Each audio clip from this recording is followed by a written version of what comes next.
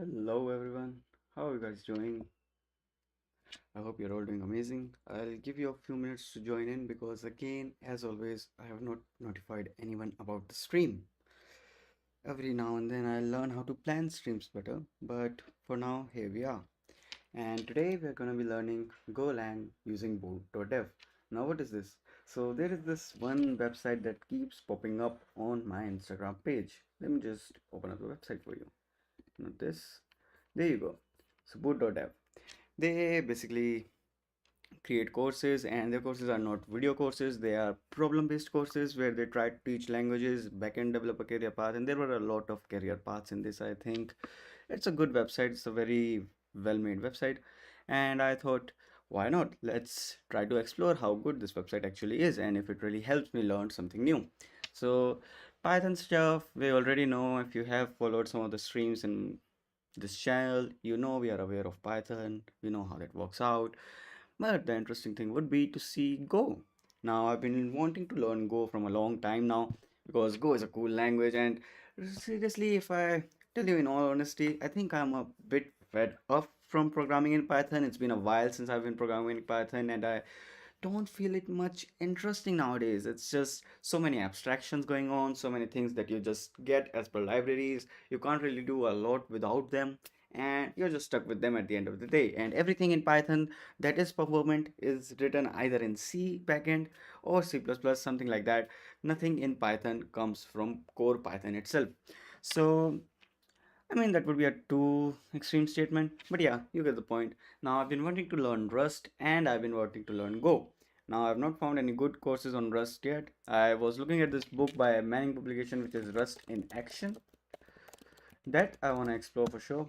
But for Go, this website was keep coming up, and I was like, why not just give it a try? So here we are. So yeah, this was the book for Rust that I was currently going through. It's a really good book, but yeah.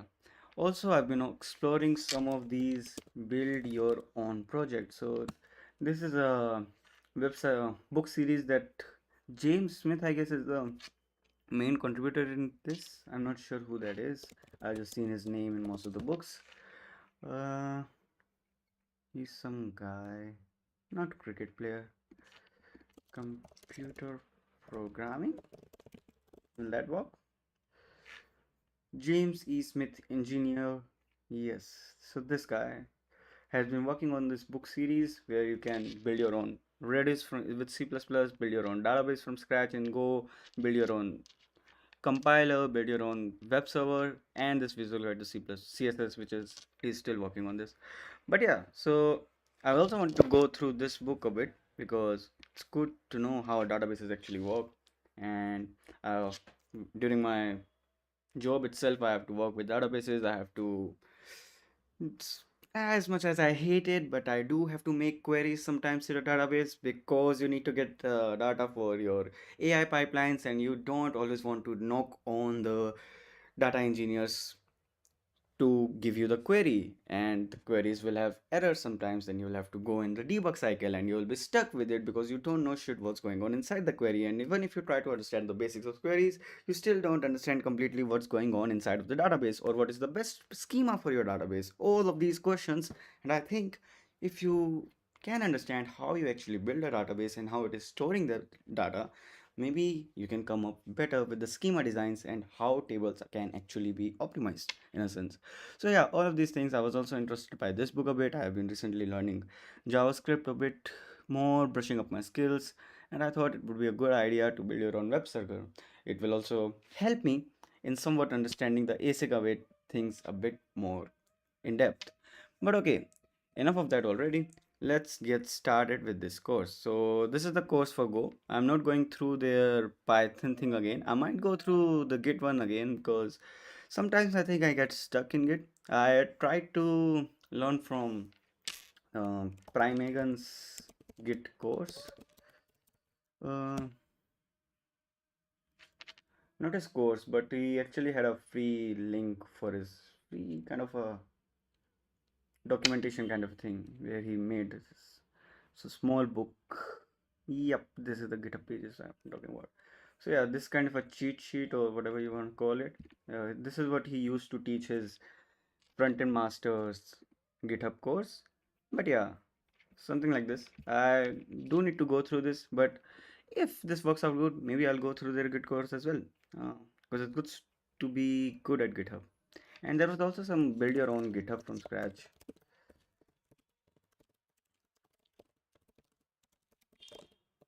I think this was by Code Crafters or something.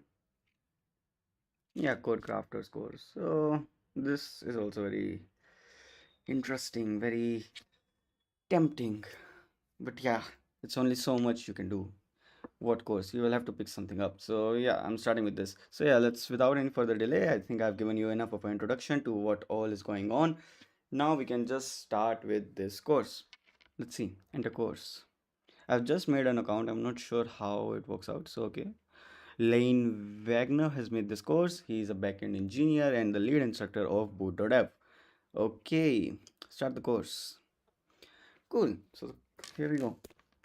I thought they'll ask for a payment, but not yet. Okay, that's good. I guess this they have a pricing, right? What is the pricing for? Invest in your career and learn modern backend development skills. You want to learn a specific skill, you receive a discount. What do you get as a member? Full access to all of the content, complete solutions for all lessons. Okay, so we don't need to buy the membership to learn, right? Oh, that's good. That's great, amazing, amazing. I appreciate that Boot.dev for that. They are doing a lot of marketing on Instagram though, but I guess they are still able to give some free content, and it's always good to have free learning content as yeah, it's free. Who doesn't get happy with term free in it? But okay, this course assumes you are already familiar with programming fundamentals in at least one of other languages. I'll move quickly through the basics. For example, I'll explain how functions in Go work, but I'll assume you already know what a function is. If you're brand new to coding, I recommend starting with our Python for Beginners course. Obviously, you don't want to start with so that's the thing about Python, right? That's what Python has done for the people. Like some people say that Python was just started because MATLAB was getting expensive and MATLAB was not open source and people wanted an alternate language that they can do their scientific programming thing in. But I think even if it was started as that, I'm not really sure about the origin story, but Python as a side effect did such an amazing thing for all of the people because it reduced the entry barrier so much that anyone who is just slightly interested in programming, even the slightest ick, they can immediately satisfy it, learn a language, develop some programs, do some automation, and really get hooked to this. And that's how I started programming in Python. That's I think that's most of the origin stories in programming nowadays, because you learn about AI, you see all of this cool stuff, and you want to build from scratch. You go to look for languages, and there you go. Python, super simple. It's almost English, and you have it. But okay. So, what to expect? For most of this course, you'll be writing code in your browser, but we will occasionally drop down on your local machine and use our official CLI tool written in Go to pass off lessons. We'll be building parts of make believe software, Text.io, a SaaS app for sending SMS to customers, assignment, printing starting Text.io server to the console instead of hello there. Okay, so this is what you have, right? The package main, import FMD, and finally hello there. So you just want me to replace it with starting Text.io. So run, submit. Great. Oh, 280 XP learned already. I think they had some quest kind of thing, right? Let's just do that then. Yeah, 5000 XP within an hour. If you give me 240 XP for just one problem, which was changing the printing tag, I think I can easily do 5000. Let's go for the maximum. Let's push our limits, guys. Always go for the maximum thing. Come on. That's what you gotta do. But okay, here you go. So we have 24 hours to get 5000 XP. Let's get going then. We can't delay this. Okay, what's the next? Basic variables. A boolean value, either true or false, string, a sequence of characters, int, fine integer, basic stuff, no one cares about this. 8 bits of data. Declaring a variable the sad way. Why is the sad way? The first line was Scale shows to its zero value on the next line overrides the zero value. We'll talk about a better way to declare variables in the next lesson. Initialize the variables from the print statement to int, float, bool, and string. Now, one more thing we can do in this is let's not just go through this like a madman, like a caveman, and try to force everything into our brain as the things come on. Let's have a Pomodoro meter here, Pomodoro clock. I'm calling it a meter, and every after every 25 minutes or something, there's some larger clock as well, right? 45-minute clock, I think. Long break. No, no, no. Is it 25.5 only? Okay, so we'll use this 25.5 minute clock, and in those every 5 minute gaps, we will be writing some notes in our Visual Studio. So, or do you want to use Visual Studio or just some Word application? Do we have a Word application on Microsoft? I think I deleted my MS Word. What is it here? It was taking up too much storage for me. Did I delete it or did I not? I think I did. Let's do some Microsoft tool. Not Microsoft, I mean Apple's tool. Is have anything good? I don't see a text editor here. I mean, there are text editors, of course, but I want something like MS Word. I don't think they will have it here. Tips, maybe? What is tips? I'm not sure what tips is. How to take a screenshot? Oh, it's just a user guide, is it? Fuck. That's the stupidest thing I could have opened. I think, yeah, notes is fine. We can use notes. Notes works for now. Yeah, they also have this maintainability, right? Yeah, so we'll go to notes. What is this? I don't know. Oh yeah, this was that oven model building stream that we did. If you guys remember that, if any of the people that were there are here. Yeah, this is a good stream. I think we can still work on it. But okay, let's create a new folder. This is our learning notes. Here we'll have another, or let's just have it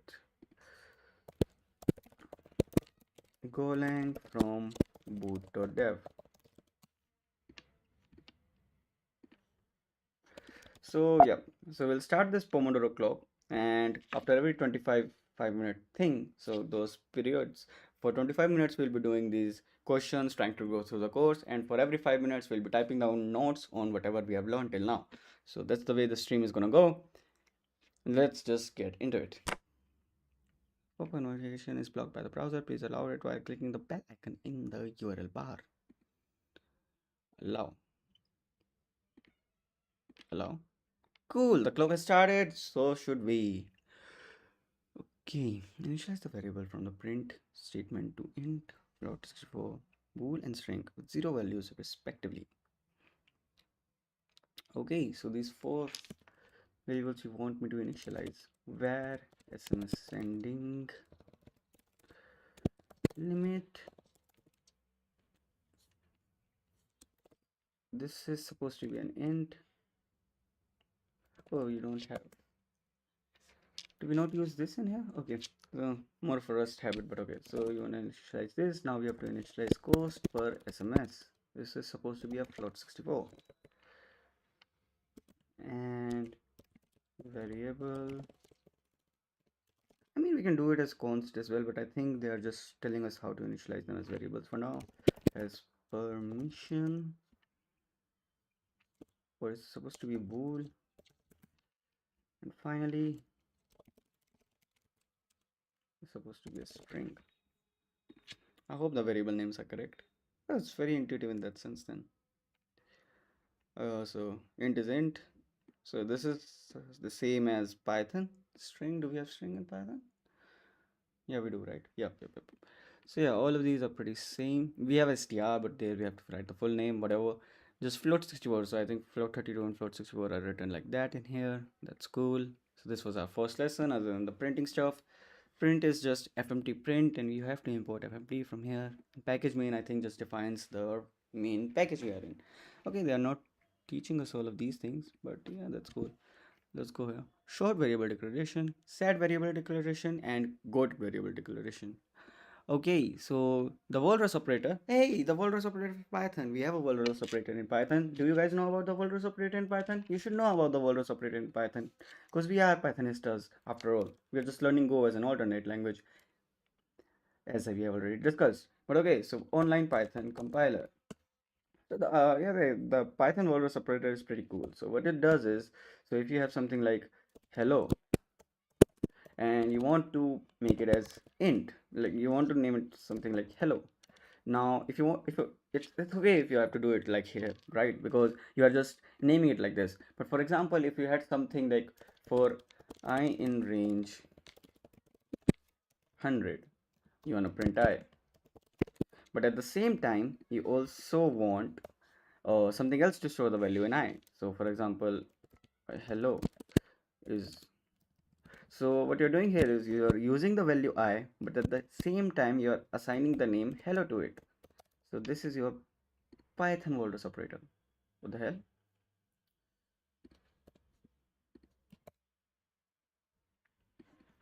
You can't do it for named variables? Ah, okay, you cannot. So a better example would be, I mostly used it during TQDM, but if you have to find a good example, so if hello is equal to hello, then print what? This is working, right? Now, if I want to say, if I want to store this value somewhere, so solution or result. So I'll be using this value here, and at the same time I'll be storing the value. So if I want to say print comma res, then you see what comma true. So walrus operator did that. And you cannot do it for a names operator, but okay, you're wasting our Pomodoro clock. So here you go, short variable declaration. The walrus operator declares a new variable and assigns a, oh, so here also it does two things in one thing. Yeah, man, the walrus are pretty cool. So Go can infer the MySQL situations as an int because of the 42 value. Yay, type inference. I think Go is a static type language. So basically, you don't have to declare the types themselves, but so the language can infer the types for you, but at the same time, I think you can't change the type of the variable that is assigned once until and unless you are shadowing that variable. So the type remains the same, which is good if you want to improve your programming coding practices, basically. So yeah, you just do that and it will do, it will infer it as int, you don't need to tell it, and at the same time it will assign it the value 42. Okay, so let's see what our problem is this time. Assignment. So you do everything for bool, string, whatever. So bool is written with a small t here, unlike Python where we use a capital T. This is int, this is float 64. The walrus operator should be used instead of var style declarations anywhere possible. The limitation is that can't be used outside of a function in the global scope, which we'll talk about later. Oh, that's weird. That doesn't make any sense. Yeah, let's see. A common use case for text IO to send birthday messages. Complete the main function. It should print happy birthday. You are 21 years old now. Oh man, you're making me type so much. I'll just copy this. Message start. And this is the string you want there.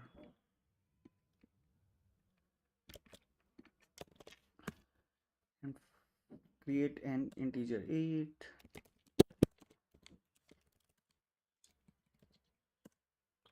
And finally create another string variable, message start, message end. You are sold. I don't want to type even this much now. I'm bored.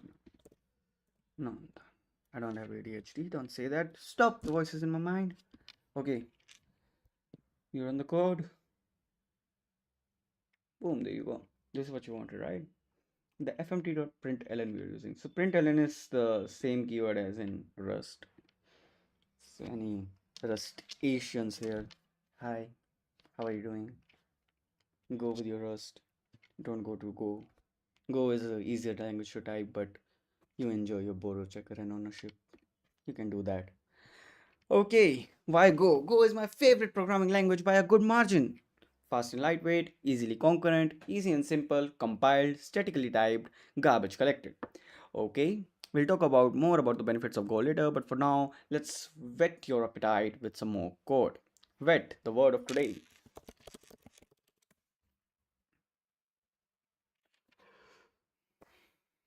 Wow, my internet is super slow, is it? Or is it because it is uploading on YouTube? I hope you are not facing any internet lags there. You wet, to sharpen, to hone, make more keen, stimulate. So great. Here we were with vocabulary with Swayam daily.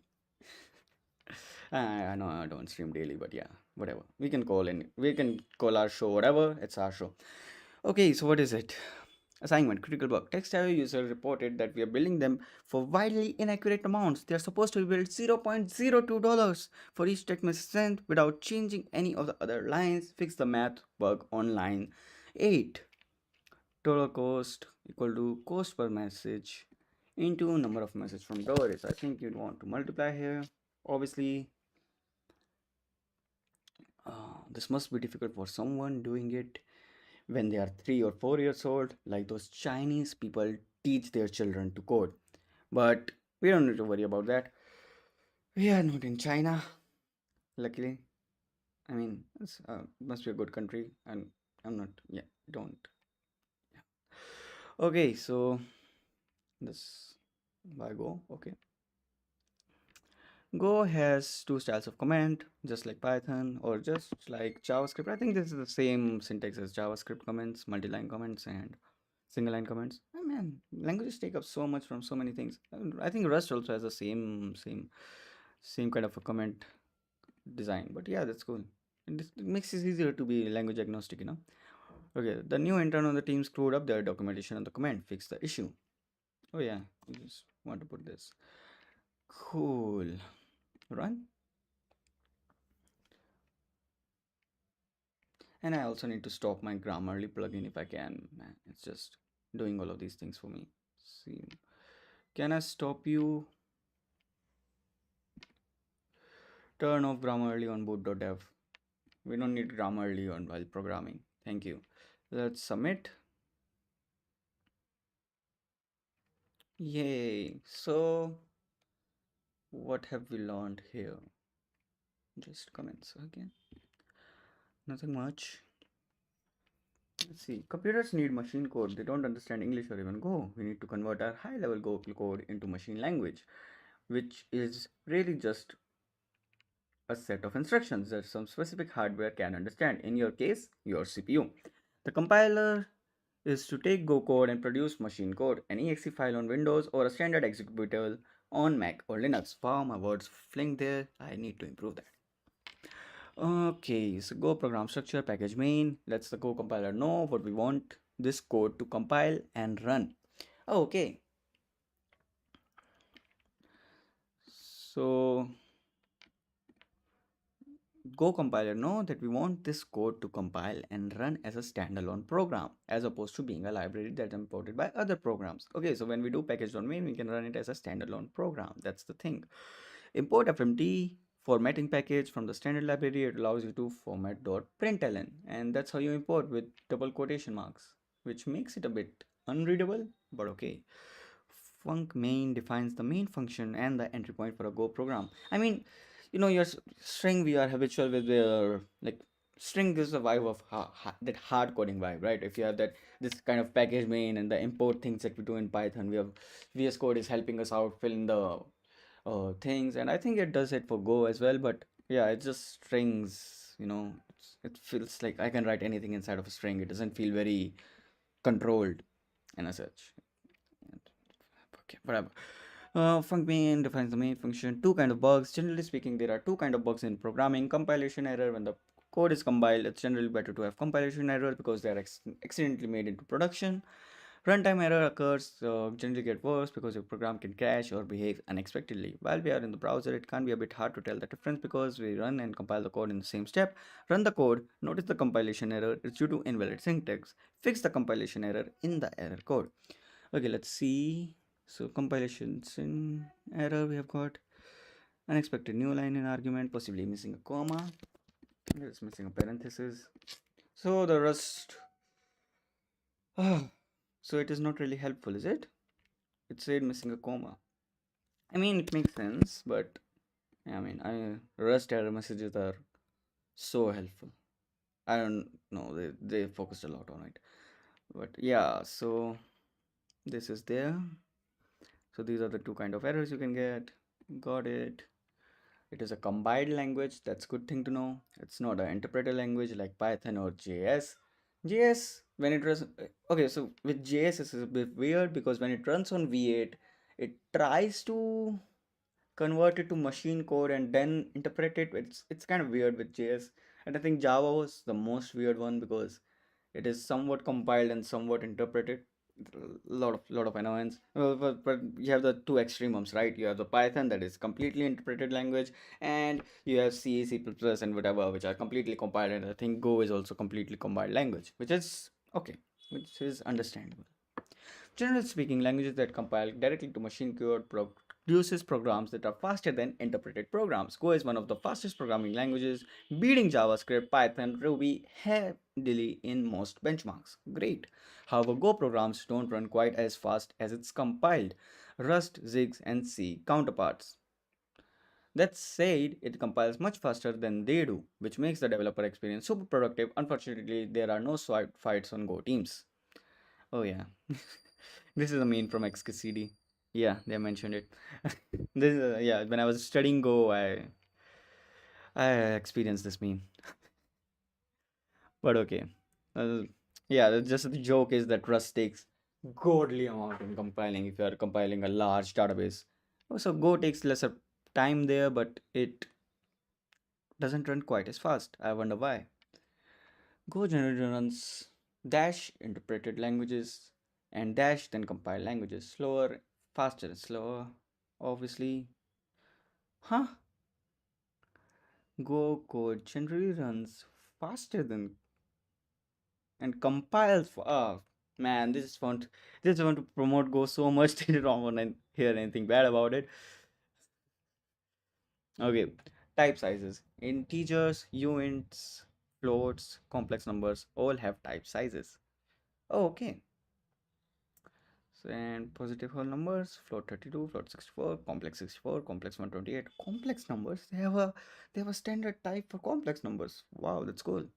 Python, even Python, that is such an abstract language, doesn't provide any standard class for complex numbers. And I think that's why they have said rarely used, because it's not. You can always write your own class, you can always write your own struct or something, whatever Go has. I'm not sure what it is now. But yeah, okay. So int goes from 8, 16, 32, 64. Uint gets from 8, 16, 32, 64. PTR, I'm not sure what that is. Pointer or some kind, I don't know. Float 32, float 64, complex 64, 128. The sizes represent how many bits in the memory will be used to store the variable. The default int and uint type refers to their respective 32-bit and 64-bit sizes depending on the environment of the user. The standard sizes that should be used unless you have subset performance needs using less memory are int, uint, float 64, complex 128. Conversion between types. Some types can be easily converted like this. Casting a float into an integer this way truncates the floating point portion. Makes sense? Okay, so this is the only type casting they are gonna tell us right now, is it? Okay. And our text have customer wants to know how long they have the accounts with us. On line 7, create a account age int variable and assign it the value of account age float truncated to an integer. Okay, so you just want account age int should be equal to int of, they should take care of the 64 thing, right? You just told me that as per the environment it automatically detects. So I think most environments are 64-bit nowadays. You don't really use 32 bits, but yeah, I think this is it. That's correct, right?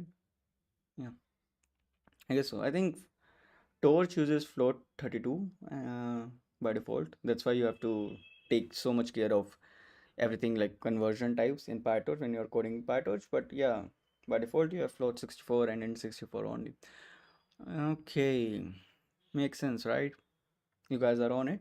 So these are the standard pipes that you should be using unless you want specific behavior from your program.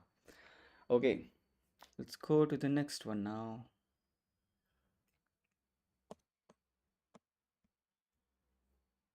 The website is good though. Which type should I use? With so many types, for what is essentially just a number. Developers coming from languages that only have one kind of number type, like JavaScript, may find the choice daunting. Ah shit, we have a flight going on. Can you hear this? Jet? I'll just shut up as a question. I don't know if. Yeah, there's some.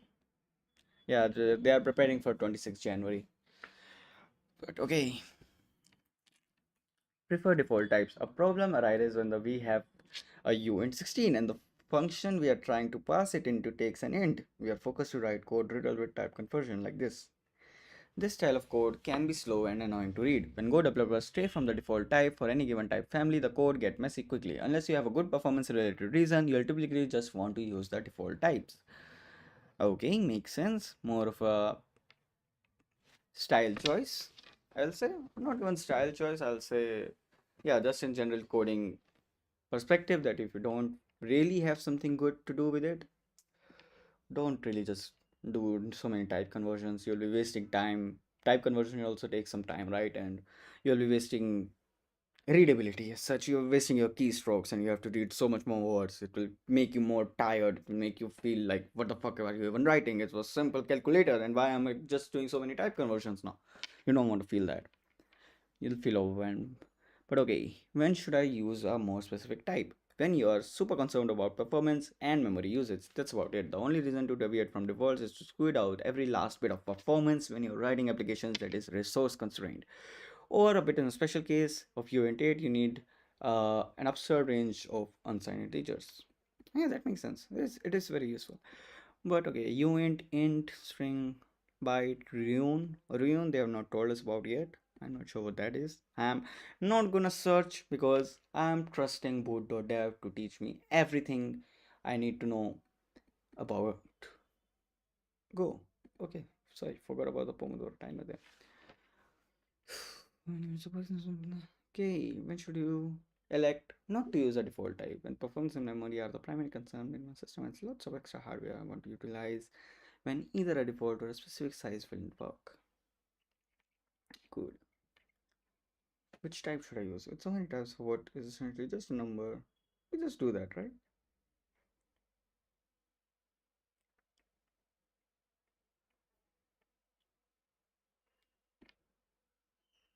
Yep. Super simple. Go is statically type. Yep. That's what I was talking to you about earlier. Means your editor compiles unconstrained this is most dynamic language. Dynamic typing of guitar. The code must be read. Ah, classic stuff. We have already talked about this. Two strings can be concatenated with the plus operator, but the compiler will not allow you to concatenate a string with a variable with an int or a float. 64. TextIO uses basic authentication to log users in. The code on the right has a type error. Change the type of password to a string, but the use the name numeric value so that it can be concatenated with the username variable. Okay. So password is an int, you want to convert it to a string. That's how they were writing string here, right? They want me to use str. No, you have to use string, right? Why is it not getting unexpected new line in argument list? Oh, what's that? What's that, brother?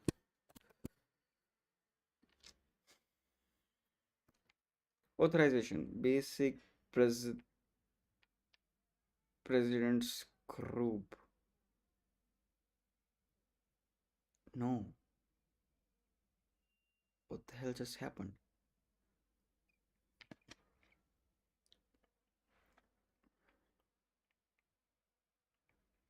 What the hell just happened?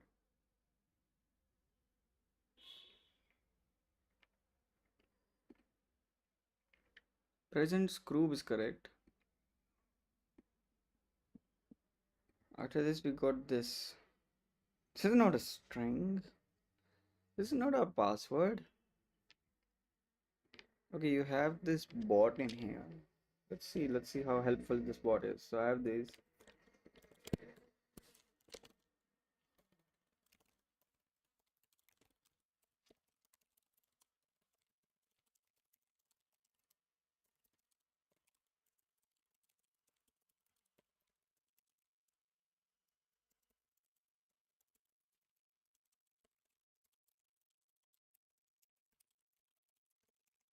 want to completely use their platform. I don't want to search anything else for this. So you want Boots to help your XP gain will be detected 50% from this lesson. Okay, I'll have to do it, I guess.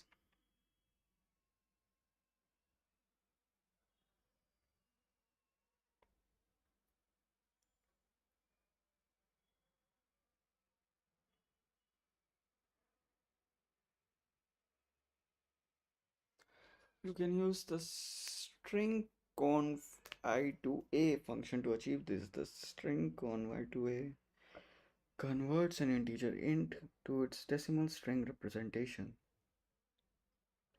What?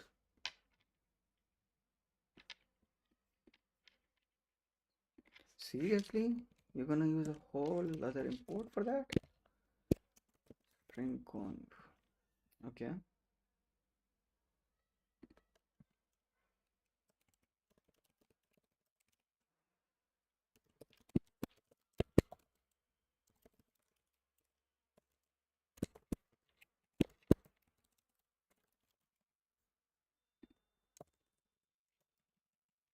Yeah, but this was weird. This will be. Wouldn't it be too much to write if you have libraries for everything? Okay, it did the job. So it is I to a function. I to a password int integer to a. I think okay, there's some a is a b c d d whatever. That's how you have to remember this. And string con with the library that you're using for it. Okay, submit. Let's go. Half the XP boost, but fuck you for that. You didn't even tell me. How can I know about SyncOn? You're supposed to teach me, right? I think that was a bit rigged. That was a bit rigged. Hey, hello. How are you doing? We are learning a new language, and it's time to focus. But okay, you can run a compiled program without the original source code. You don't need the compiler anymore after its job is done. That's how most video games are distributed. Player don't need to install the correct version of Python to run a PC game. They just download the executable and run it. Yeah, you know about this. It's fine. Code interpreter required in production. Source code copied to production. Compiler executed on the yep. With the interpreted languages, the code is interpreted at runtime by a separate program. Yo, we have a break time. Okay, so let's do our note taking now. So whatever we have learned till now. So we started with variable declaration in Go. We first of all sad variable declaration, and so let's okay. How do we want to write this? In sad variable declaration, we had something like you declare a variable first, so var whatever the variable name is. Can we use? Does it use Markdown? No, it doesn't. Ah, man, that would have been cool if it was a Markdown edit. But okay. Let's just do it the way the program is written. So you have a package main. This is on the top of every Go program you write, or every standalone Go program that you will be writing. If you are building libraries later, then you will not need this, or in helper functions and stuff, I guess. But okay, so tells the compiler that the program written needs to execute function and called as a standalone program.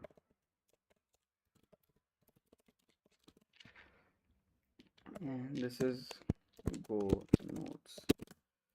So this was the first thing we saw. Second was your import fmt. Shit. So import, let's not use double quotes here. It'll be confusing between the program and this. So fmt, this is basically imports the formatting library in your program, allowing you to use fmt.println function works similarly to Python, where you can use commands to print out different variables. After that, we learned about variable declaration. So we learned that strict variable declaration, which they were calling as sad variable declaration. We'll use the same name, it's a cute name. Isn't it, Bingo? Hey, I was sitting too close to it, I didn't realize. That variable declaration, I will just say variable declaration. Here you have two types. You have your var, whatever you want to name your variable. So age and int, which is your data type, or you can have, okay, you don't use this here. And you have your second type of variable declaration where you use the walrus operator. So you'll just write down your age yourself, and in the next line you will have something like age is equal to 32. So okay, and yep, so this is the two type of variable declarations we learned about. There are multiple sizes when it comes to your data types. So you have your int, float, 64. I'm writing down the standard sizes. Uint, byte. There was something wrong. They have not told us what it is yet. There was complex 64, 128. I guess was the default one. String. What else was there? I think these are the ones we have worked. We have not worked with all of them, but we have seen all of these, I think. Yeah, and they're available in different sizes. Other than that, we learned about typecasting. So we learned two different typecastings to convert float to int. You can simply wrap up a float in int method. So int float there. Yep, this is what we saw there. And other than that, we also learned about to convert integer. Is the break over? Damn, 5 minutes. That was 5 minutes. Nah, those were not 5 minutes. Fuck. So we'll continue writing our loads later. We have to start this, or I'll just give me a second. We need to do this to convert integer to string. I think this is the last one anyway. You just do import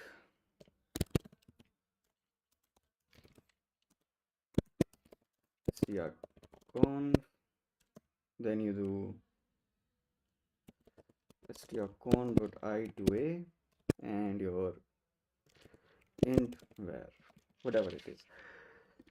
Yeah, so these are the things we have learned till now, I think. And comments are just basic things. Comments are, I don't need to write them. Okay, let's go. Examples of compiled languages: Go, C++, C, Rust. Examples of interpreted languages: JavaScript, Python, Ruby. That is okay. Why build text.io in a compiled language? One of the most convenient things about using a compiled language like Go for text.io is that when we deploy our server, we don't need to include any runtime language dependencies like Node or Python interpreter. We just add the pre-compiled binary to the server and start it up. Yeah, that is a great advantage. Makes sense. Compiled languages are faster than interpreted languages. Interpreted languages have better developer experience than compiled languages. This is some of the stuff that I'm hearing online. Let's actually break it down and talk about the difference between a compiled language and an interpreted language. When we write code, I mean, we write. how do you say interpreted language has a better experience? I mean, the only way you can think about that is then when you're debugging, it shows you the line by line code and you can follow the data accordingly. But at the same time, if you use enough print statements inside of your compiled language when you're debugging it, you will get the same thing out of it. And I think there are debuggers available for any of those languages as well, which does the same thing for you, that they'll post the execution in the compilation process itself. I don't know. I mean, Does interpreted languages have a better? I don't see a difference between them. Is all I'm saying. I mean, they're pretty much the same. They're just two different choices. Yeah. Write it in a human readable format, right? Typically in a file, in the case of Go, a .go file, right? Maybe main.go. Yeah. And this file is going to contain human readable text, right? Go code that we as developers work on. The thing is, your computer's hardware doesn't know what any of that human readable text means. Your Yep. computer's CPU only understands binary, Yep. right? Which is ones and zeros. I guess everyone knows Right. that. Which at the end of the day is just numbers, right? But it's just numbers and simple operations, things like add and subtract. So we need some process that we can use to convert human readable code to machine code that can be executed by the computer. I think my camera might be blocking the video, I guess, a little bit. Let me just move my camera real quick. Droop. This should look much better now. Almost like magic. Okay. Hardware. And that's all that compilation is. Compilation is just the process of taking some human readable code, right? Go code in our instance, and converting it to binary or machine code that our computer can actually understand. So, what does this process actually look like? Well, normally, you'd start by writing your Go program. So, say main.go, and you'd run it through the Go compiler. On your command line, you type go build, and that would produce a new file, which is the executable program. Let's say we were doing a hello world program. It might be hello world.exe. Yeah. Right? An executable program on your computer. I think if anything, when you're working with the compiled languages, so first of all, this compiler that is talking about, the compiler basically uses a grammar for your language. So you must be defining some kind of a grammar for your language that you're working on, and then you use that grammar that you have defined to run your Go program. Like that will convert the compilation language to your executable. Give me now, and the other thing is that when you're working on something like this with the compilation languages, the benefit that you get is you get an executable directly. You don't have to worry about all of those things where you have dependency management. You go through pyproject.toml, package.json, then the dependencies change, your program change, and then you're stuck at solving those kind of problems. And it is a big deal when you have to maintain dev dependencies, normal dependencies, optional dependencies, all of those crazy stuffs. And executable allows you to do it super smoothly. And then you could run that executable directly on your operating system without ever having to use the Go toolchain again. So the great thing is you can take this hello world.exe program and give it to someone else, and they can run it on their computer without ever having to install the Go toolchain or even know that you used Go to build the program in the first place. This is different than languages like Python, where if you want to run someone's Python code, you have to use the Python interpreter Yep. every single time, and you run the source code. And if the person running the Python code doesn't have the same version of Python as you do, then you're fucking stuck with it and you can't do anything else. So, yeah. You run the source code directly on your machine. It's also worth pointing out that part of the reason that compiling is so much faster at runtime is that we do all of this compiling work up front. So when we go to run the executable, we don't have to do any conversions from human readable text to binary machine code. That's different than how interpreted languages work. With an interpreted language, as we run the program, the interpreter is reading the human code and kind of at runtime converting it to machine code that the CPU can operate on. Not to beat a dead horse, but I want to talk a little bit more about execution speed. So we talked about how Go is generally faster than the interpreted languages, right? Python, JavaScript, Ruby, PHP, and so on. It gets a little interesting when we compare Go to kind of the natively compiled languages or the languages that compile directly to kind of machine code that runs on your CPU versus the compiled languages that run on top of a virtual machine. Right, so the two big ones that run on a virtual machine are Java and C#, while some of the compiled or natively compiled languages that you'll be familiar with might be Rust, C, C++. Even though Go is a natively compiled language, a language that compiles directly to machine code like Rust, C, and C++, its execution speed is actually more similar to Java and C Sharp when it comes to its runtime speed, how many computations it can do kind of per second. And we'll talk more Okay. about this later, but the primary reason for that is the Go runtime. There's basically a chunk of code that's included in every Go program that manages memory, and that tends to slow down the So execution the speed a little garbage bit. collection, you That say. said, it is worth pointing out that a Go program tends to use much less memory than Java and C Sharp because there isn't a need for an entire virtual machine. Okay. So basically, what he's saying is that somehow the memory management, which is mostly just garbage collection and stuff, in Go requires more runtime speed, basically. So it digs up a lot of your runtime speed into that memory management stuff that is going on in the background for you, and that doesn't happen with Java and C hash. But the Java C hash problem is that they need their own virtual machine to run, which is, if you have seen, you have to install this Java runtime thing that in the start, like Java SDK or something, you have to install if you want to run any Java program. And with Rust and stuff, the thing is that Rust, C, and C++ doesn't use a garbage collector. Rust has their own way where they figure out ownership and borrowing to manage your memory. You don't have to worry about garbage collection. It will just directly remove any, there are a lot of rules in it. So basically it removes any variable from the function and moves it to another function if you are passing it on directly. If you are passing it, you'll have to pass it on as a pointer if you don't want it to be moved. And other than that, if the block that your variable was declared in, if the block is over, your variable will be gone. There are lifetime management and all of that stuff. There are a lot of rules, but yeah, Rust, by providing you all of those rules on top of your program, which makes the programming a bit trickier. You have to think about ownership, your borrowership of your variables and stuff. But by doing that, they remove the need of any garbage collection to be done. C and C++, you have to do the memory management where you have to use your own garbage collection techniques. You'll have to figure out when a variable is not useful anymore and you have to delete it by yourself. Go uses the garbage collector. That's why the runtime is a bit slower, which makes sense. It's fine. It's the price you pay for getting a bit of a convenience as such. But okay, so the compiler executable is what you need to run a compiled program. That was the lesson from this. Okay, so yeah, I think we are aware of this already. We've seen the video. Which language is interpreted? Python. Our favorite language, or the language we've been following for so long, not the favorite cousin. Now I'm fed up with it, as I said in the start of the video. You can declare multiple variables on the same line. Okay. For the main function, declare a float called average open rate and string called on the same line. Initialize the values to. Ah man, you're doing a lot of initialization. I think we're wasting a bit of time here. It's getting a bit redundant. But I guess it is for someone who is just starting off programming or has just completed their Python course, so it makes sense. They're just trying to make you familiar with the syntax a little bit.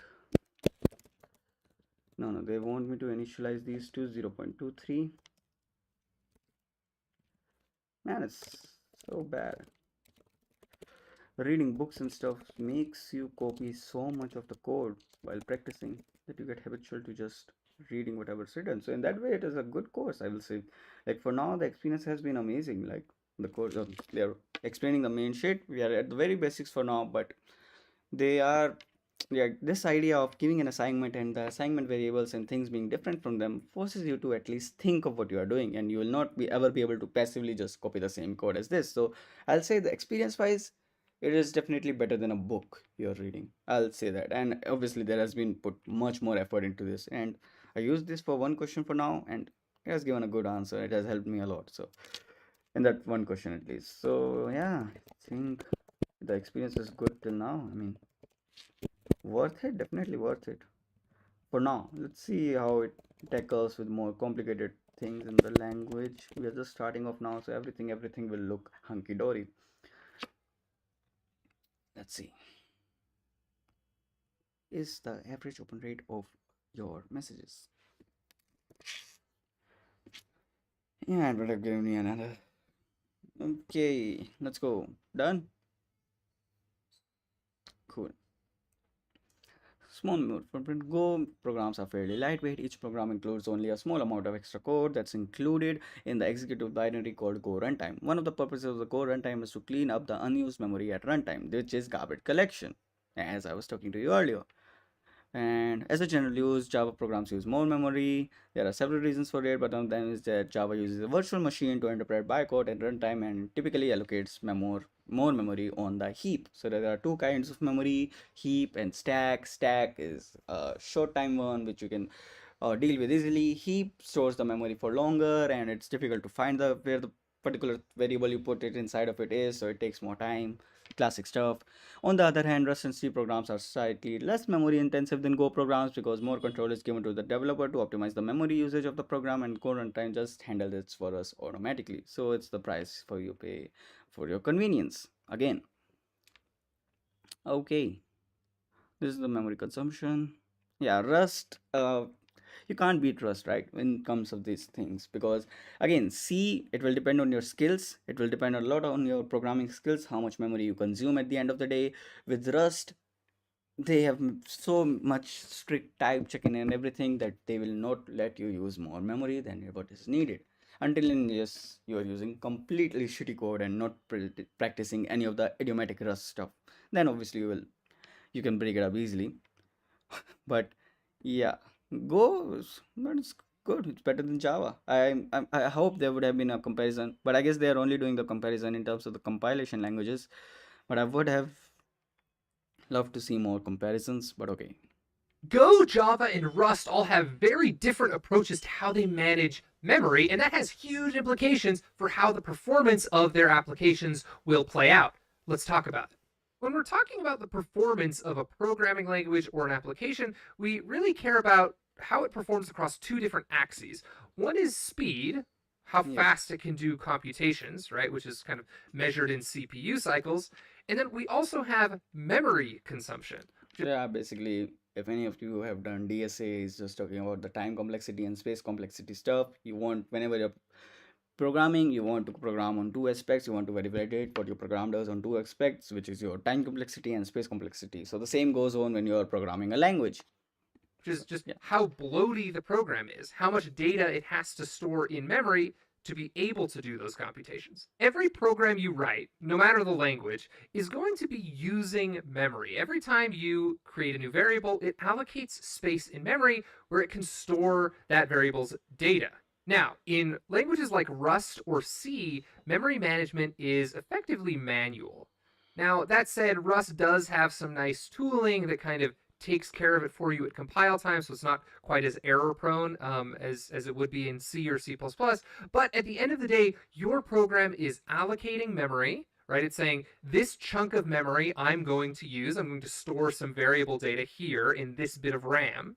And then later, your program says, I'm not using it anymore, so we can free it up for use by other Yeah. programs. I think the only difference between Rust and C in this case is that Rust predefines those rules for you. In C, you will have to take care that you are deallocating memory wherever you need to at the correct time. And Rust will do it yourself, and you will have to explicitly tell Rust that you want a variable to live longer. You will have to define static lifetimes and stuff if you really want to use a variable any longer than it is supposed to live according to the program you have written. So that's kind of cool. Now, let's jump over to Java. So, with Java, it's a little bit different. Java is a garbage collected language, garbage collection, which Yep. essentially means that memory management is automated. And in Java, it's done by the Java virtual machine. So every time you run a Java program, you're actually creating an entire mini virtual machine Damn, I wasn't that aware of your this. Java bytecode runs within. So this is the JVM.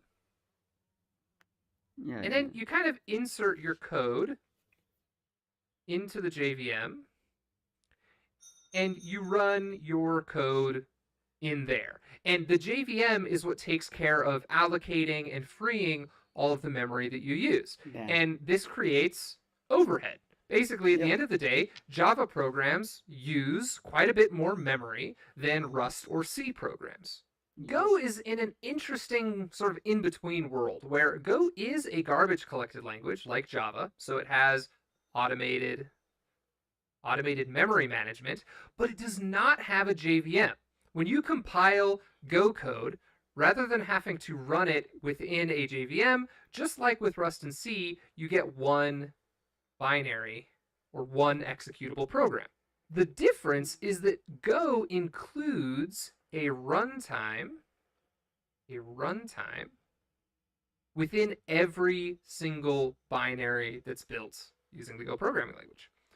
So we could think of it as something like this. It's kind of like a I mean, I know they're trying to sell Go to you, but it is not something that special. It's not a middle ground between Rust and Java. It's just a standard practice. You have an interpreted language that has a uh, just some. You have interpreted languages mostly do have a garbage collector by themselves, so it is more of a standard practice there because the code is going to execute line by line. So you maintain a garbage collector yourself. You don't worry about the whole code to be understood first, convert it into binary, and then be run. But when it comes to compiled languages, you can have compiled languages with garbage collection. I guess the only thing Go is doing additionally is that keeping that runtime as a more of a boilerplate code for each program that will do that automatic uh, memory collection or garbage collection for you, memory management in a sense. So yeah, I think not little exactly the middle sidecar. ground of Java or Rust as he's explaining, but I guess it makes sense what he's trying to tell. But okay, just a personal opinion. It's nothing much. That is compiled alongside your code. So Yep. your Go program basically has this little bit of extra code that's added to it, and that bit of code is what handles garbage collection and automated memory management. So it's a little more bloaty than what you'd get with Rust and C, right? It is garbage collected, but it's not nearly as expensive in terms of memory overhead as a language like Java or C Sharp.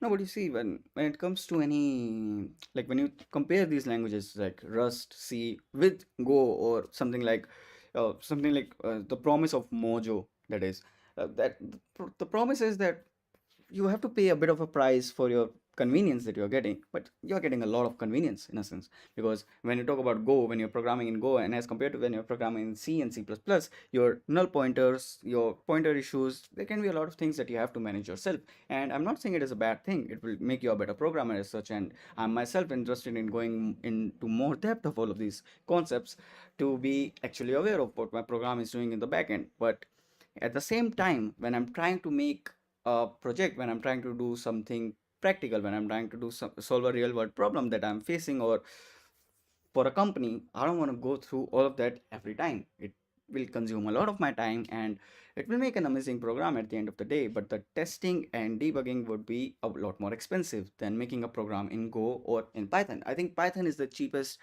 resource you have for building programs, and that's why most of the startups are hiring Python developers nowadays because they know it will take us less time and less resources for them to build an actual product or a real life product that they like problem that they want to solve with this programming. So yeah, I think that makes sense. So with Go, the better part is that you can write programs as you do in Python, and that's why it is hyping up so much because there is not much like brain intensive process when you're writing Go as compared to Python. It's almost similar. You just have to, your types are just static. That's the only difference we have seen till now, and there a little bit of, you can say, syntax change, and that you will face with any program. But the major thing is that you don't have to use too much brain when writing your programs. It is not much too different from Python, but that at the same time you get a compilation language which can be distributed much more easier and will run faster for you. So okay, generally speaking, which language uses the most memory? Java. Let's go. Got it correct in the first try. Damn, man, I'm smart. Which one of the purposes of Go runtime? To style Go code and make it easier to read, to scrape off JavaScript developers.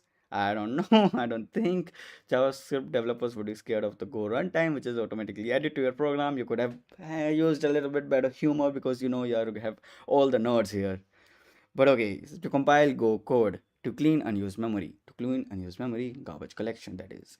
Okay, constants. Constants are declared with the const keyword. They can't use the short declaration syntax. Constants are can be primitive types like string, integer, boolean, floats. They cannot be more complex types like list, slices, not list, slices, maps, or struct, which are types we'll explain later. As the name implies, the value of a constant can't be changed after it has been declared. Okay, a lot of rules regarding constants. I've not seen any programming language do that before. You can't be more complex types of slices and can only be primitive types. Okay. As the name implies, the value of a constant can't be changed after it has been declared. Yeah, that was clear from the first part itself. Something weird is happening in the curve. What should be happening if is that we create two separate constants, premium plan name and basic plan name. Right now, it's look like we are trying to overwrite one of them. Complete the code to remove the bug and to create basic plan name. Okay, I mean, yeah,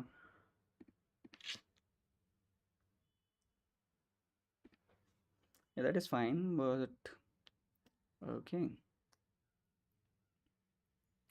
And they can't use the short declaration syntax. That was the interesting thing.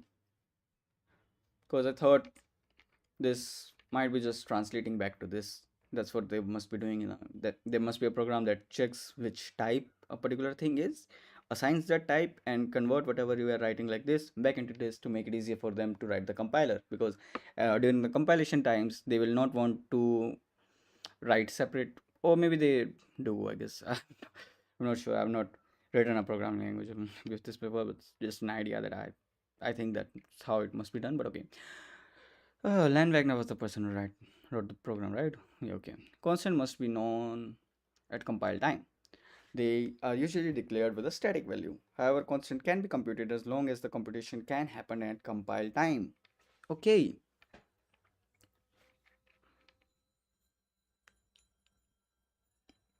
Okay, that's why the different syntax and everything for const. It's different from a constant that you experience in Python. In Python or JavaScript, the constant variable types are, I don't think Python doesn't even have an immutable data type.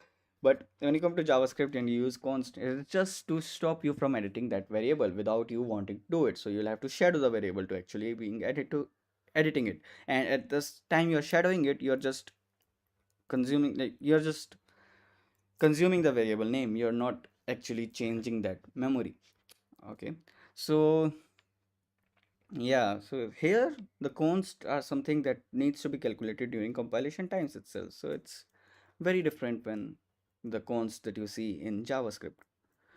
Okay, so second in hours. You want second in hours. One second in hours, second in minutes, second in hours is equal to second in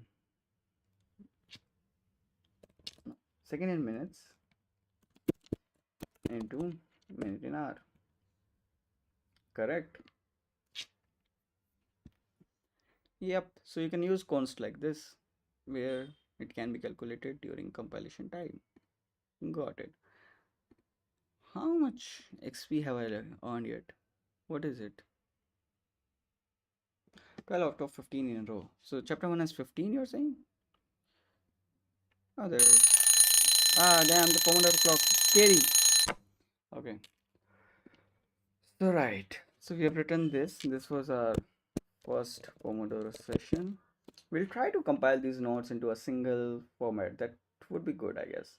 I'll just hide myself because you might be seeing my face twice and it sounds stupid. So, I'll just segregate them down like this for now so that we can compile these notes later. If you guys want these notes somewhere, just let me know in the comments. I'll just upload it somewhere and let you guys know after compiling them and cleaning them a bit so we can have some kind of a crash course kind of thing in Go. I guess that could be helpful. So some of the people who are just directly trying to jump into the language and want to learn it in a single hour or so, read through and get going with it. Go through the documentation and use whatever you want from the language. But okay, in the second section, we only have 5 minutes to type the notes, so let's get it done quickly. After doing the string comparison, we learned about what did we learn about it? I think Most recent memory is the constant ones, but before that we learned shit. Yeah, we learned about memory management, compilation versus interpreted language.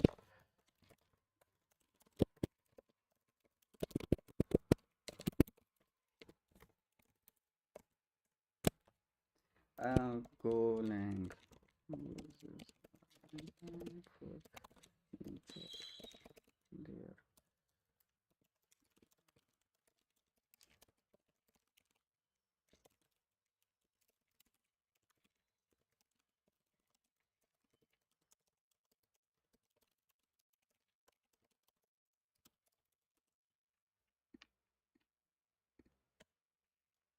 um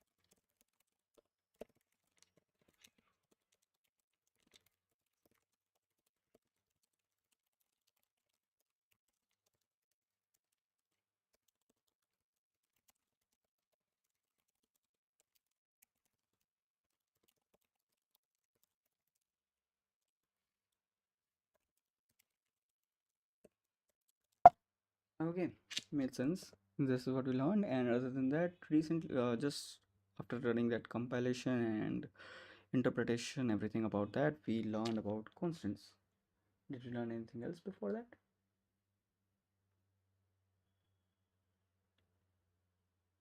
I can't remember anything else that we learned in this. String concatenation we learned about. I think we did it here only, so that will also be a part of this. So strings. No, no, that we don't need to write. That we did during this only. Um, did we learn anything else? Comparing Go speed, that is different. Um, do we have the lesson summaries? Yeah. Compilation, interpretation, Go statically times, say inline declarations, small memory footprint, and constants. Yep, so we were right. So only the constants. So Go constants need to be calculated at compilation time itself. We can't use the folders operator, can only be the primitive types and not complex types like slices, maps, and arrays. I don't think there were arrays in it. I'm not sure. I'll just make sure I searched it before writing it. Go constant needs to be calculated in compilation time itself. Anything that is calculated at runtime can't be declared as a constant. That's what makes Rust Go constants different from JS constants. Yep, that's all that we learned in the second session, and we are ready for our third session. Can I just? Yeah, thank you. Oh, thank you for the short bell. Super short bell. Okay, let's make it our last session. Let's go. Does Go generally execute faster than Rust? Execution? No. In terms of, okay, we haven't even read this one yet. So Go is generally faster and more lightweight than interpreted or VM powered languages like Python, JavaScript, PHP, Ruby, Java. However, in terms of execution speed, Go does lag behind some of the other compiled languages, which makes sense. Go is a bit slower, mostly due to its automated memory management, also known as the Go runtime. Slightly slower speed is the price you pay for more memory safety and simple syntax.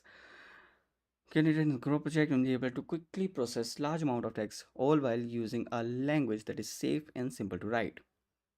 Everyone always wants to talk about how fast the Go programming language is. Let's talk about it, and let's compare Go to some of the other more popular programming languages. So, in terms of execution speed, execution speed. Go is much faster than JavaScript, Python, Ruby, and PHP. Pretty much any interpreted language, a language that's not compiled, is going to be slower than Go because Go is a compiled language. Now, don't Yep. worry too much if you're not familiar with the terms compiled and interpreted. We'll talk about those in just a minute. For now, just understand that Go is much faster than these languages when it comes to executing programs. If we're Yep. doing Yep. Yep. computationally heavy work, Go is going to be much more performant than some of these other languages. Now, here on the other side, I've listed some compiled languages. So when it comes to Yep. compilation speed, I Go is think. actually much faster than these compiled languages when it comes to compiling the code. Now, again, we'll talk about compiling in a minute, but for now, just understand that you have to compile your code before you can run it when you're working with a compiled language. And so by having a fast compilation speed like Go has, it actually increases developer productivity quite a bit. We can iterate more quickly on our code. We can deploy it more quickly. It's not as expensive to run tests, to compile the program and deploy it to production. So this is actually a huge benefit that Go has. Now, I do want to point out that Go does not necessarily run faster. It does not necessarily have a faster execution speed than all of these languages, but it does beat them handily when it comes to compiling. Okay, so I guess in terms of compilation speed, it will be the same as Java, which is good.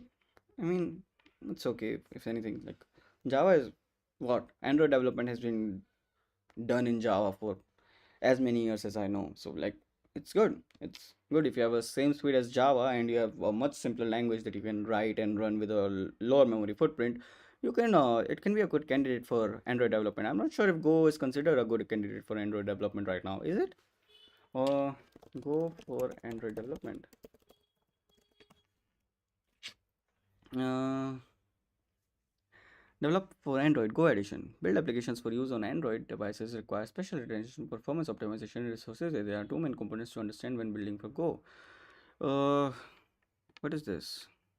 Using Golang plus Go Mobile to build Android applications with code. So yeah, there are some tools to do Android development with Go, which makes it a good general purpose language. I think there were also some machine learning libraries being built in Go. I don't think if they have matured properly yet or not, but yeah, Go can be a good candidate for machine learning as well because again, very simple to write and compile language much faster than Python. And if it's simple to write, it works the same way as Python, and you get the benefits that you want.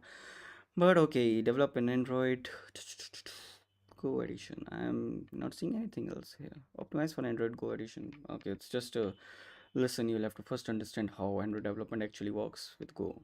But yeah, using Golang. Thought of delving more in Go after the articles.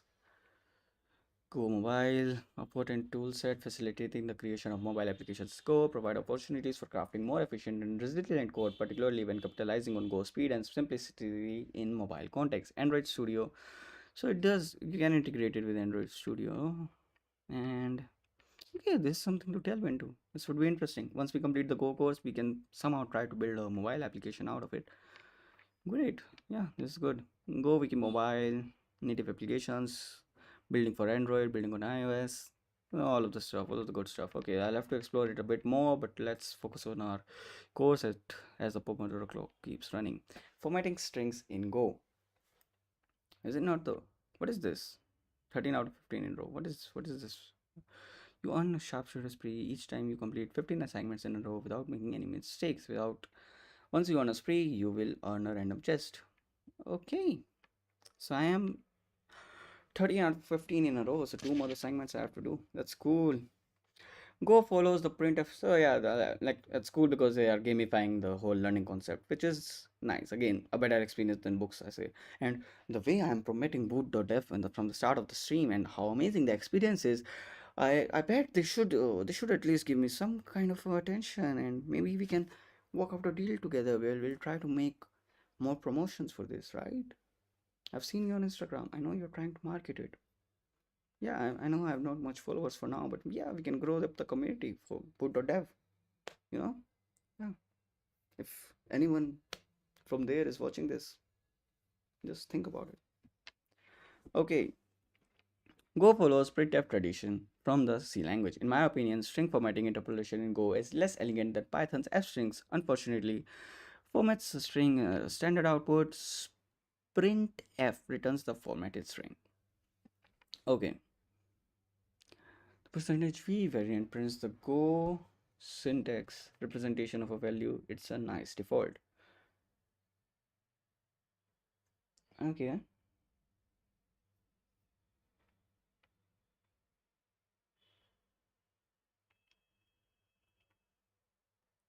I think it's the same, right?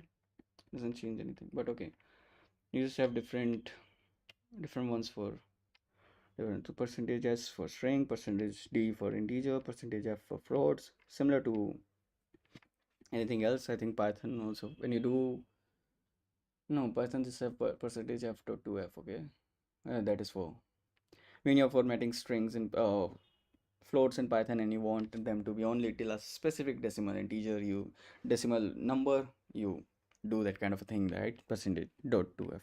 But okay, that is different. This is more like C style, right? Percentage E, percentage F, and percentage dot to F for only till 2 points. If you're interested in all the formatting options, you can look at FMT package docs. Yep. If anything is confusing, you always refer to the docs. That's a standard in programming. Create a new variable called message on line 9 and use the appropriate formatting function to return a string that contains the following. Hi name, your open rate is open rate, percent, new line. Okay, so you have to create a message. Don't edit below this line. Okay, so you just want const message is equal to fmt dot s print f. That was the thing, right? Yeah, this will give you a formatted string. So you want hi percentage s,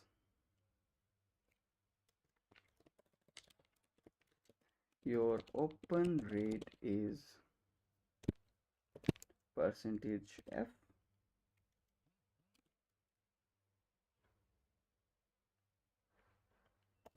percent, new line should be a default name, comma, open rate. That's it, right? Syntax error, unexpected name message at the end of your statement. Oh, const. That's weird. Okay. This is not a constant. Value of type string is not a constant. You can have it as a variable.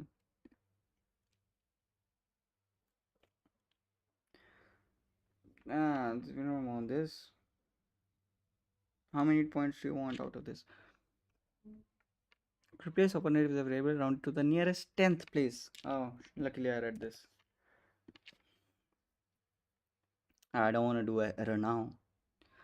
But okay, so 10th place. The word percent should appear.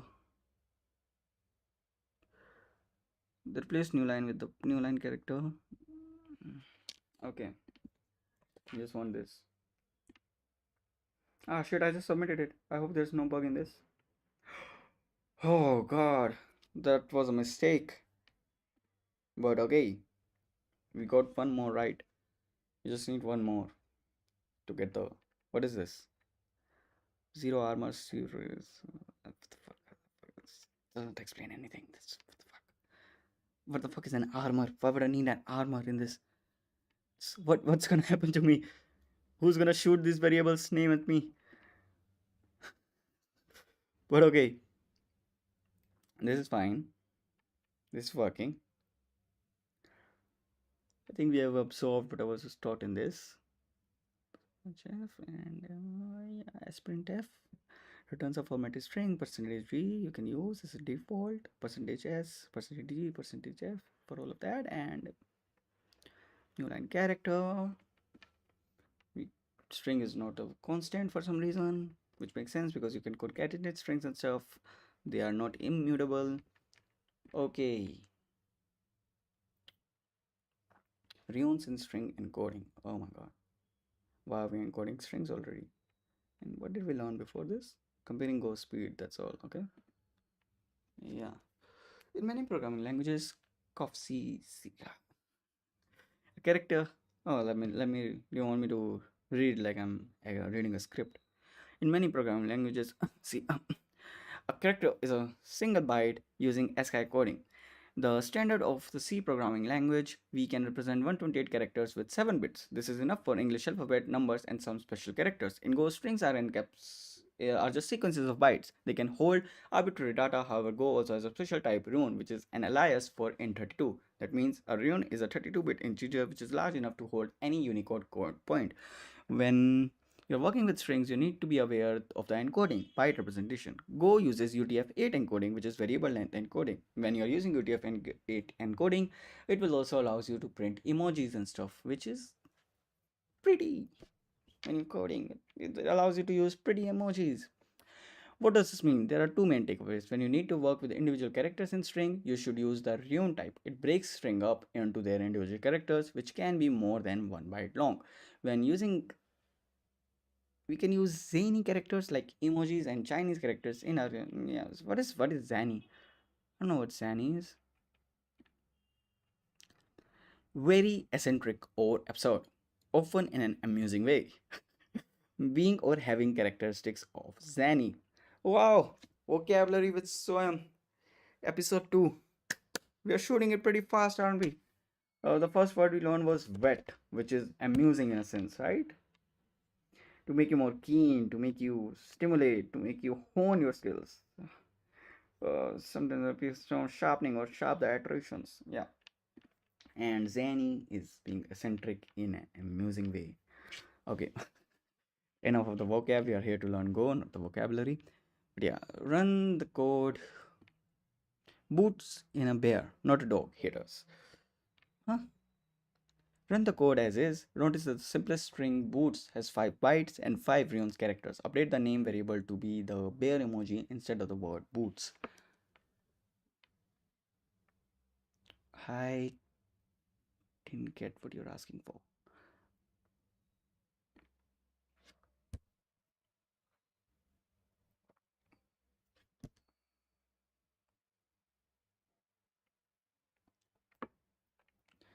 Len name is 5 UTF-8 dot rune count in string. Okay, that is something to remember. You need to import Unicode UTF-8 and there you will find this rune count in string variable if you want to find the runes format. Hi, so good to have you back in the acronym.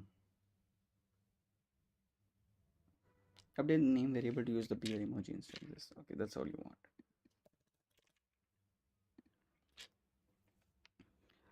And you will have length is 4. Rune length is 1 because it's a single rune, but length is 4. Must be because of that slash u thing. So UTF strings you find like this, right? So I think by default the name would be something like UTF encoding. Let me just print it out for you. So UTF encoding looks something like this for emojis. So if you can find a quick emoji. So yeah, it looks something like this. So I think this is somehow making up a length of 4 and in hexadecimal format, I guess. Okay, and this must be taking up the rune counts, and that is just the count of UTF-8 encodings inside of it. So it is a unique UTF-8 encoding, so it only has one of those. Okay, enough. I mean, it will not matter that much, but basically you have your strings in UTF-8 in Go, which will allow you to use emojis and stuff, and you have runes. Runes are basically your UTF-8 characters inside of your string, and yeah, I think that's it. And this is the function you have to import for counting the number of runes in your string or whatever, and len of your string is just the number of bytes in it. Okay, so a single character is a single byte is what you're saying, and this uses of 4 characters to be formed. If we were using the word boots, we were using of 5 bytes, which were 5 characters, and it also had 5 runes. So I think, yeah, I think rune is a better definition of a character, and len will just tell you the byte length of the string. So I think whenever you are traversing through a string in Go, you might want to use something along the lines of the runes because they are the actual thing that represents the characters, and len just represents the byte length. Okay, enough. Okay, cool. Achievement completed. We have You want a sharpshooter chest? Let's see. Let's see what we get. Boot.dev. First chest. 5 chests and 1 baked salmon. Okay. I don't know what I can do with it, but I have it now. Fix more bugs. How am I on still chapter 1? C1. These were all lessons. What is C? This is an optional challenge. You can skip to the next chapter if you want to. Fix the code that prints server logs wouldn't even compile. Fix the bugs. Oh, okay, this is nice. We'll do the optional exercises. Why not? Uh, this is fine. This is not fine. This should be string. Where message string, sending messages. Oh, you're missing this in here. Then don't touch the line below. Run.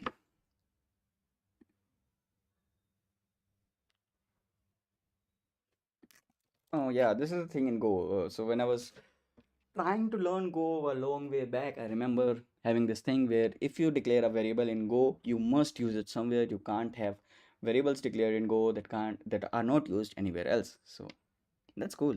That saves memory for you and removes irrelevant information from your codes, making it more readable as such.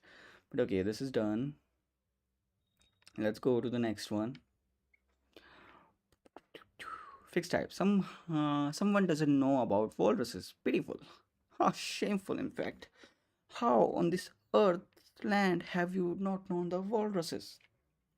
Or walrus operators, to be more accurate. And they thought they were writing some Python code where they will get away just with equal to's and they'll have their types dynamically annotated to them. Oh, these kids these days. Oh, what the fuck? That sounds stupid. That sounded so stupid. Okay, and that is done. Let's go to the next one. Okay, decimal matter when it comes to inferring types. Our current price to send a message is 2 cents. However, it's likely that in the future the price will be a fraction of a penny, so we will need to use a float 64 to store it.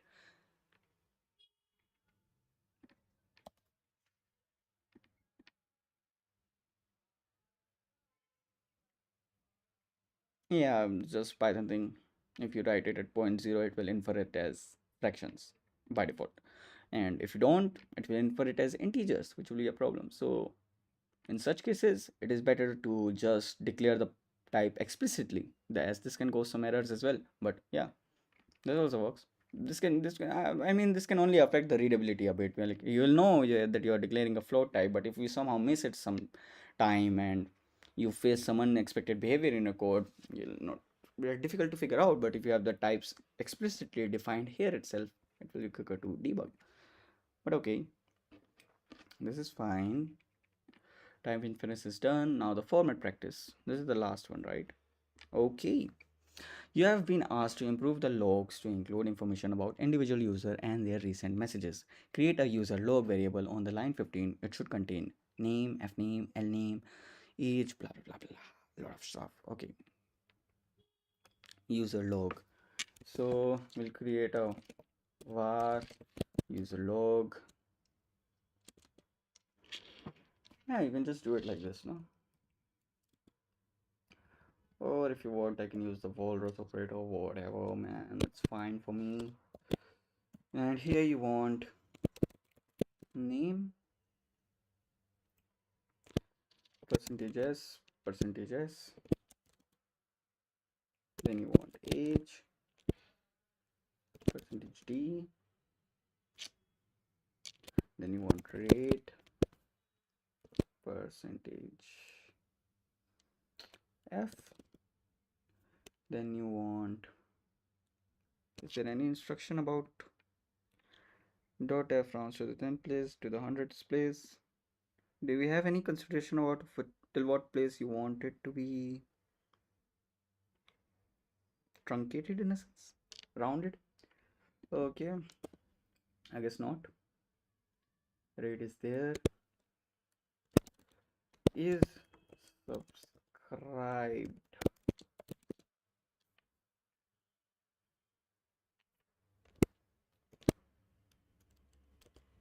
I'm not sure what the use for it, so you can use the default one. A message.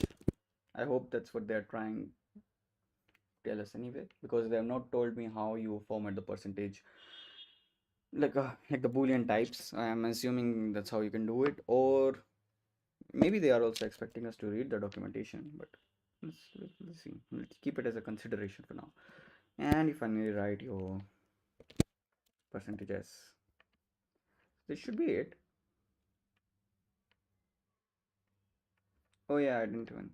Oh yeah, silly me. So you will have to use fmt.sprintf to absorb the Python. Um, we'll have to format it like this, and you'll have your f name, your l name, what all was there, age, message rate, what else is subscribed, and finally your message, I guess. Let's run it.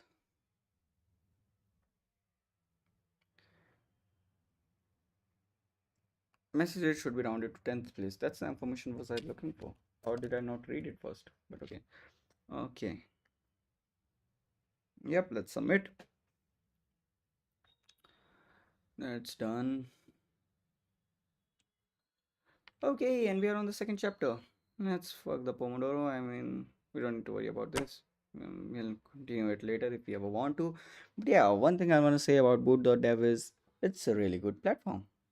I loved it. I didn't even realize that I've been studying for about what? Like, we did 3 Pomodoro sessions, so I think 25 minutes each, and 5 minutes for taking notes. So I'll say 1.5 hours, which is okay. I'll not say it's too much. It's something, but yeah, I didn't even realize it. It almost felt like a game to me. Yeah, very effortless, and I got to know so much about Go. Yeah, like these notes are the proof of it. But let's just quickly write down whatever we have learned in the third session before we uh, go into this whole discussion. I think after this we talked about speed comparison, and we see that Go is always faster than interpreted languages, but not as fast as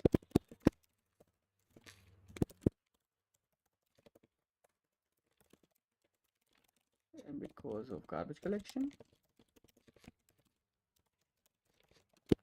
Speed is kinda comparable to that of Java.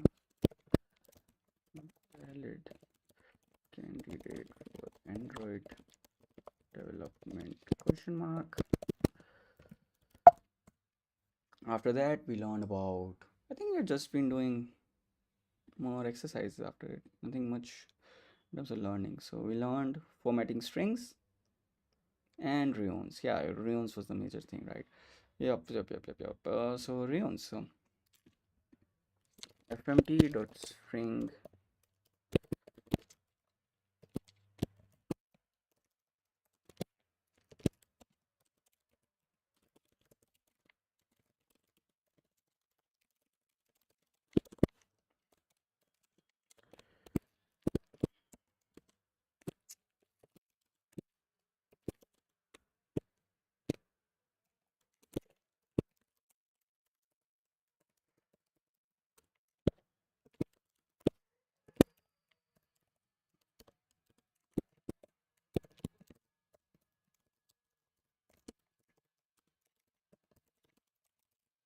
So yeah, this was the string formatting. After which we learned about reons and byte length. So uh, Go uses UTF-8 encoding for strings, which require a in32 bit size. Yeah, allows many characters. Absurd in an amusing way. From string which require 32 bit size, runes are a single character. This UTF-8 encoding and string are just arrays of these runes in a sense. Len string will return byte length in Go. If you want character length,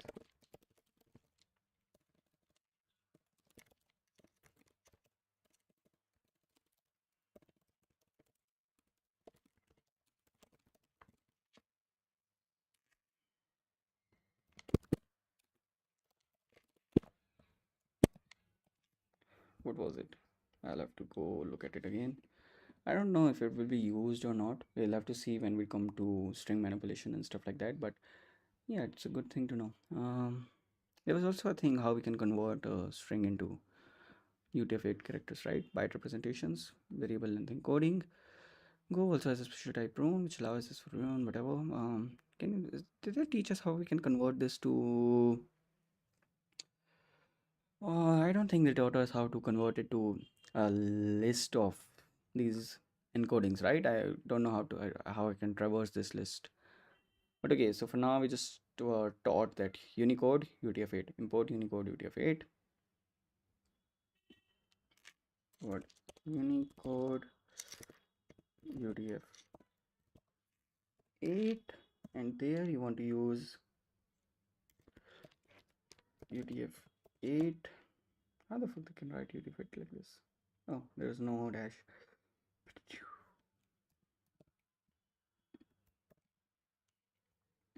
What is it? Rune count in string.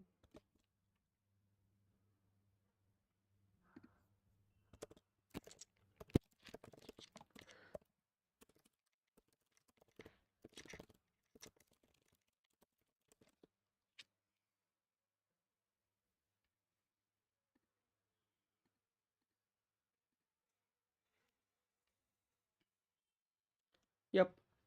So this was regarding that, and after that we just did some exercises. There was no more lectures in this, right? Yep.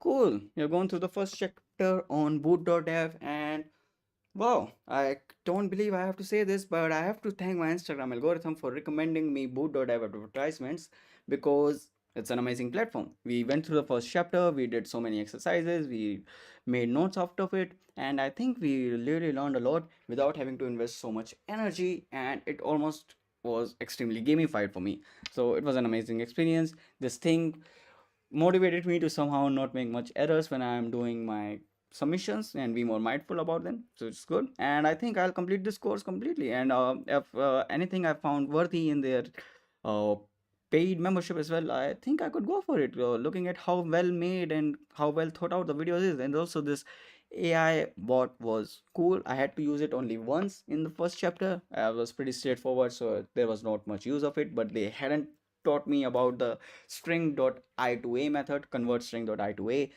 which was ridiculous. They wanted to reduce my points to half for that chapter. But anyway, I got to learn about it with this tool. Smooth. I think overall it has been a smooth experience with Boot.dev, and I might be completing my Go course from here. And later we can do some build your own stuff in Go if we get a chance to. But yeah, definitely recommend Boot.dev. Go there, check it out. It's really amazing. And yeah, if someone from Boot.dev is watching, come on, just talk, man. We can discuss out something. We can have some kind of a sponsorship going on. And I know I don't have enough subscribers for now, but we can deal out, do some marketing and stuff. We can organize some content for as such. But okay, that's it for this video. Hope you enjoyed it. Hope you'll go yourself to Boot.dev to check out their own courses and see if something is good for you. For me, I wanted to learn Go, but they have so many more courses. Like you can see the whole list here. They have SQL, CI/CD, Git, Kubernetes, all of these amazing stuff. PubSub architecture. PubSub architecture is so important when you're working on a real life project. WebSockets and everything are so helpful on a web app. Man, if you are working on a chat library or anything like that, if you want to make a chat GPT out of something, and if you're working on a chatbot of any kind, you need this. You need this for a chatting service. You need the PubSub architecture, or for other services as well.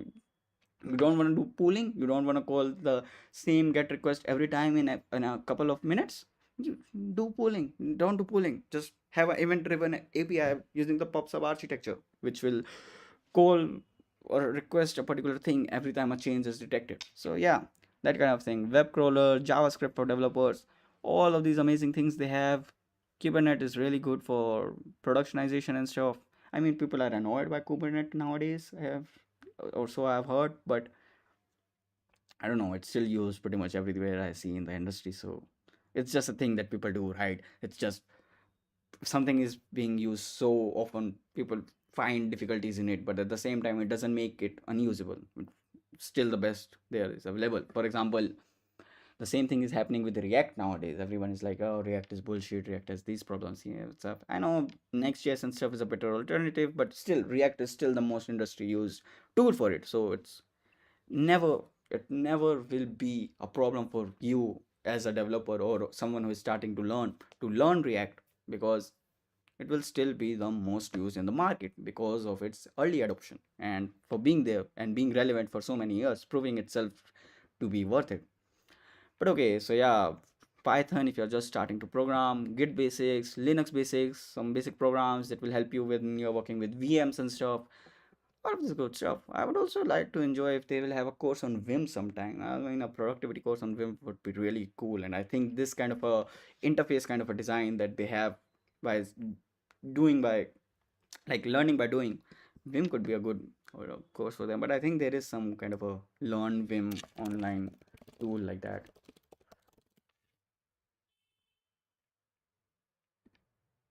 Interactive Vim tutorial, right? Yeah, there is something like that for Vim already. Uh, and there is also like terminal based Vim tutorial that you have to download, and you go through all of these exercises inside of the terminal itself, and it teaches you Vim. Yeah, it's UI doesn't sound too bad. And yeah, so the SQL course you have, you need SQL, man. You need at least somewhat of an SQL. You will always need, always. You can't get away from it. You'll have to work with databases. You will have to go through data when you're working with AI engineering. At the end of the day, you'll have to do a lot of data processing and rerunning. You can't escape it. So yeah, just get at least get your basics right in SQL. Docker and stuff, all the good things. So yeah, they have some good courses for now. I mean, this is, if you complete this much, even like, don't even think about the deeper learning part of it. I think this much will make you, if you're looking for jobs and stuff, this will make you super job ready. Like people will want to hire you. This is the kind of courses there is or not right now.